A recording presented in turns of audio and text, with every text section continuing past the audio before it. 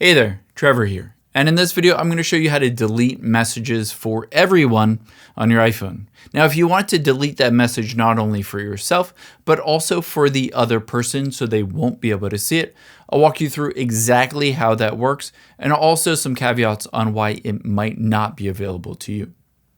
First, open up the Messages app on your iPhone and tap on a conversation with somebody. The first requirement is that it needs to be a blue text message bubble. The other person needs to have an iPhone and it needs to be a blue bubble for this to work. The next thing we can do is walk through how it works.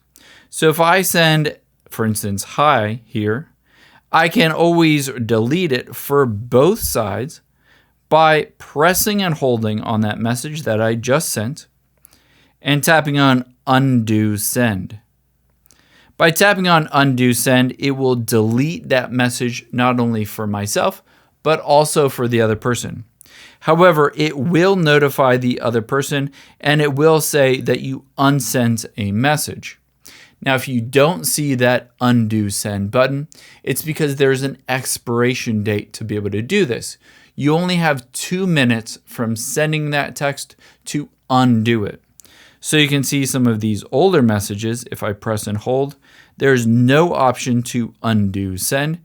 Essentially, you have a 2-minute timer and you have to have texted an iPhone, and then you can undo it and delete it on both sides. Of course, if they already saw that text message before you undid it, then unfortunately, they have read it and you can't really wipe it from their memory.